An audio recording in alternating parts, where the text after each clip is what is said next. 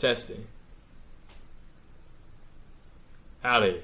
My name is Victor Johnson, and I'm a meteorology major at Texas A&M University. Today I'll be giving a presentation on windstorms. In meteorology, windstorms are not as discussed as many other weather events like thunderstorm winds, for example, typically because they're less common or reported or less paid attention to. But in this presentation, I'll first discuss the formal definition for a windstorm, and then we'll discuss how these winds form and how to properly forecast them when looking for certain winds on a particular day. We'll also look at the different types of windstorms explored, and then we'll also look at some record events in history lastly. And so the formal definition for a windstorm is having sustained winds of at least 34 miles per hour, which are strong enough to cause light damage to trees and branches. And so mountain windstorms are typically common in high elevation areas like mountains and highlands. And they typically happen because of significant pressure changes over a slope. And so with bigger pressure differences, you're able to get stronger winds because of those great fluctuations. But often windstorms are notable for being exceptionally strong. As often a typical downslope windstorm can bring winds of over 60 miles per hour, which is exceptionally strong. So typically, airflow first flows upward under a strong pressure gradient, which refers to how much the pressure changes over a distance. And so, with a great pressure change over an area, that you get a strong pressure gradient and therefore strong winds. And as this air moves up over a peak, it produces lead waves, which are vertical oscillations due to this kind of lifting. And so in those waves, air tends to bounce around and maintains this motion as it cannot move downward or upward really quickly. Then finally, what goes up must go down, and so once it reaches the peak, air accelerates downward. Now, as air moves downward, it warms dry adiabatically, and so upon descending, the temperature also goes up. Now, typically, as air moves along, it undergoes a type of compression from the hydraulic jump, which causes the winds to stay strong even as it reaches the peak. So in this way, it interacts with those pressure changes to keep along the strong winds that you typically see at mountains. And so how strong winds are upon descending depend on several factors. One is gravity, which is actually the main factor in driving those winds, as it acts to pull the wind downward upon descending. Also, upstream wind speed, and so the stronger the winds you have to begin with, the stronger they will be as they accelerate downward. Another factor is air stability. So typically, you like to have a more stable profile where temperatures don't change as much as you go upward to bring more acceleration to the wind as it moves downward. And if you're looking for strong winds, you typically don't want to have a jet stream, only because a jet stream is an area of locally strong winds aloft. It actually ends up disrupting the wave pattern and spreads it apart. So the air cannot maintain that wavy pattern to keep that stable environment for wind to descend. So here's a diagram of wind moving along. a mountain and then reaching the other side. And so first, as air moves up a mountain, it cools down until it reaches saturation, and then once it's saturated, it releases latent heat. So typically at the top of a mountain, you'll see clouds appear, and this is because of that latent heat release.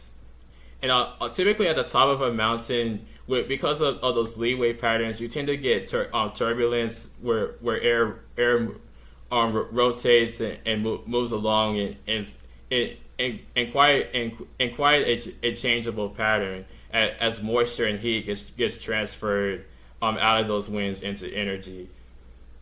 And as those winds approach the other side, they flow downward and gain temperature and strength, and so you end up with really warm, dry winds, and also the eastward or downward side of the mountains is known for being cloud free because of this kind of warming that dries out the air for cloud formation.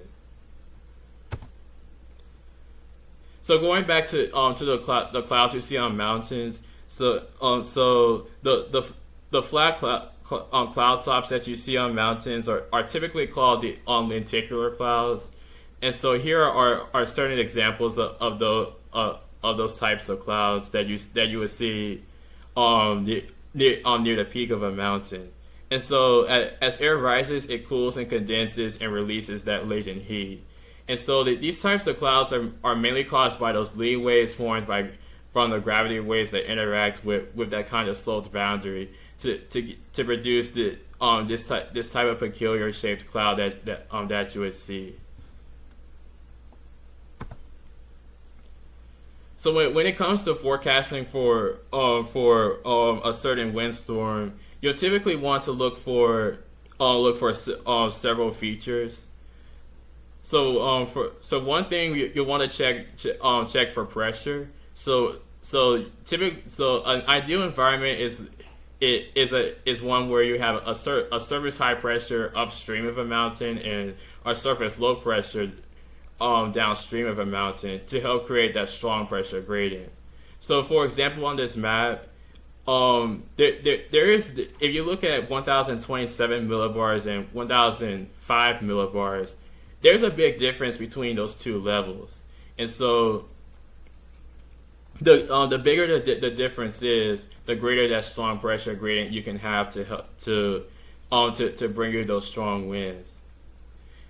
Next, you also want to see if you have a stable layer near the mountain peak, but preferably you don't want it on the least side of the mountain to prevent that wind from moving downward or gaining strength upon descending. Also, of course you like to have a mountain boundary, and so you cannot see it on the map, but one example would be the Rocky Mountains located on the eastern side of Montana and Wyoming, stretching down into Colorado, and so to preferably a mountain with a gentle slope on the windward side, and then a steep slope on the leeward side. It's better able to support those strong winds, as the steeper it is going down, the greater the acceleration is. And also cold air or sinking motion. And so cold air is typically dense, and dense air often sinks. And so as air is moving downward, if there is air that is moving downward, this in this way it can help perpetuate or even encourage that further downward motion as air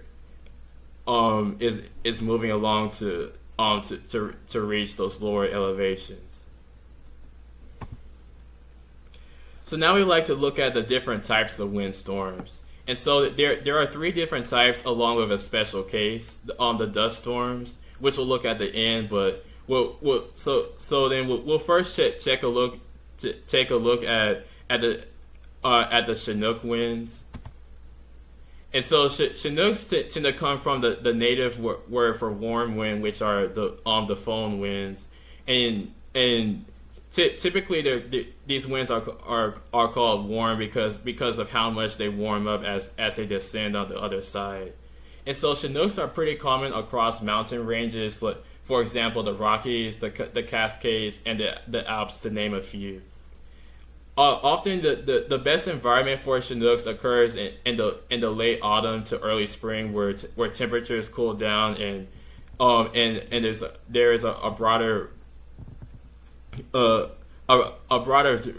range of temperatures for that temperature gradient and chances of precipitation to help create those strong winds. And also, these winds are known for reaching significant speeds. Typically, Chinook winds can get close or even exceed hurricane force winds upon descending, depending on how strong they are. Chinooks have also been given the name snow eaters because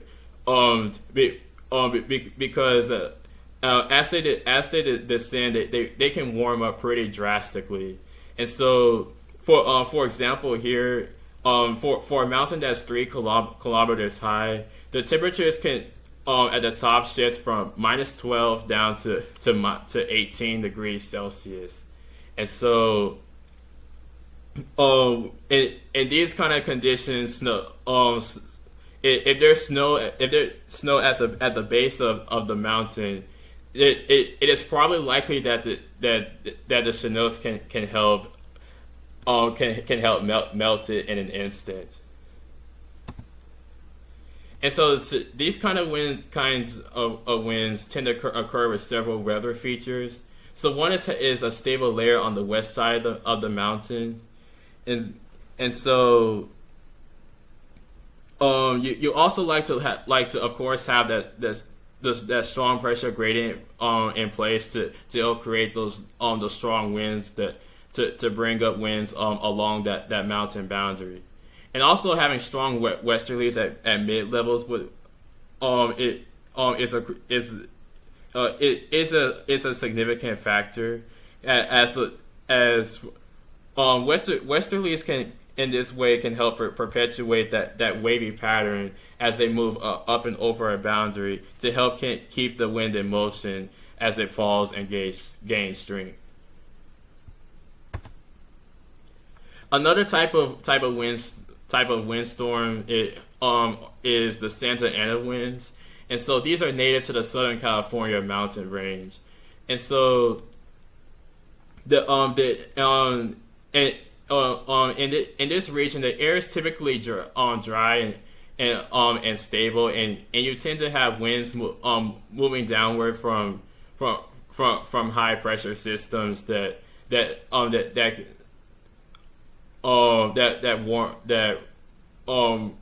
move up and then warm down and gain speed as they descend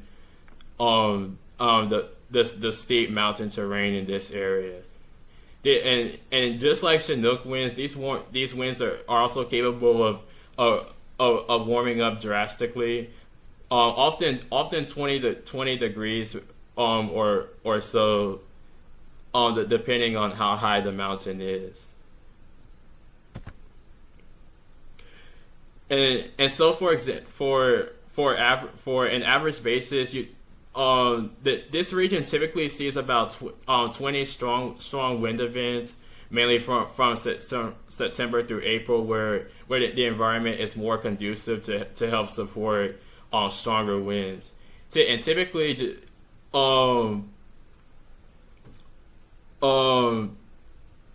with a high pressure system, you have strong northerly winds that are already dry, and so as they move down they warm up and descend towards the eastern side at high speeds. Now, but these winds can also be problematic for the western side because the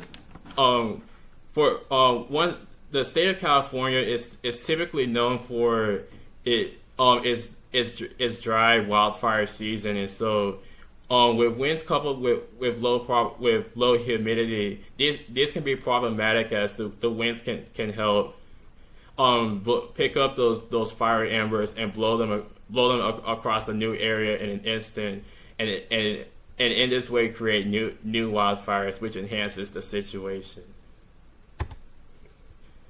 The next type of windstorm is the katabatic winds, and so this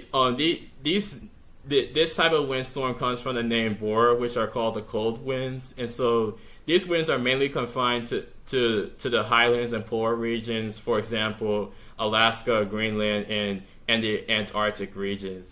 And so because the air is very cold, as it moves down, it's very dense and mainly driven by gravity, which is one of the most significant factors in bringing winds across an area down slope. And of course, if there is snow in the area, these winds can help lead to blizzards once they exceed 35 miles per hour or so. And now we'll look at the special case dust storms. And so these storms are often called haboobs as another term, which typically just refers to a wide wall of moving dust. And so dust storms are mainly localized in desert regions. For example, the desert southwest in the United States, along with the Sahara Desert or the Gobi Desert in northeast China. A typical dust storm can get up to about 2,000 feet high and stretch as long as 5 to 10 miles. They often last for up to an hour, depending on how strong the winds are. But however, these storms can be quite hazardous as for example, they can impact visibility and our breathing hazards. For example, the breathing in dust can be detrimental to your respiratory system, and so you'll want to take precaution in protecting your eyes and your nose when one is around. So what do you need to have a dust storm? Well, for one, you just need a broad area of dry, loose soil, and you also need a source of wind.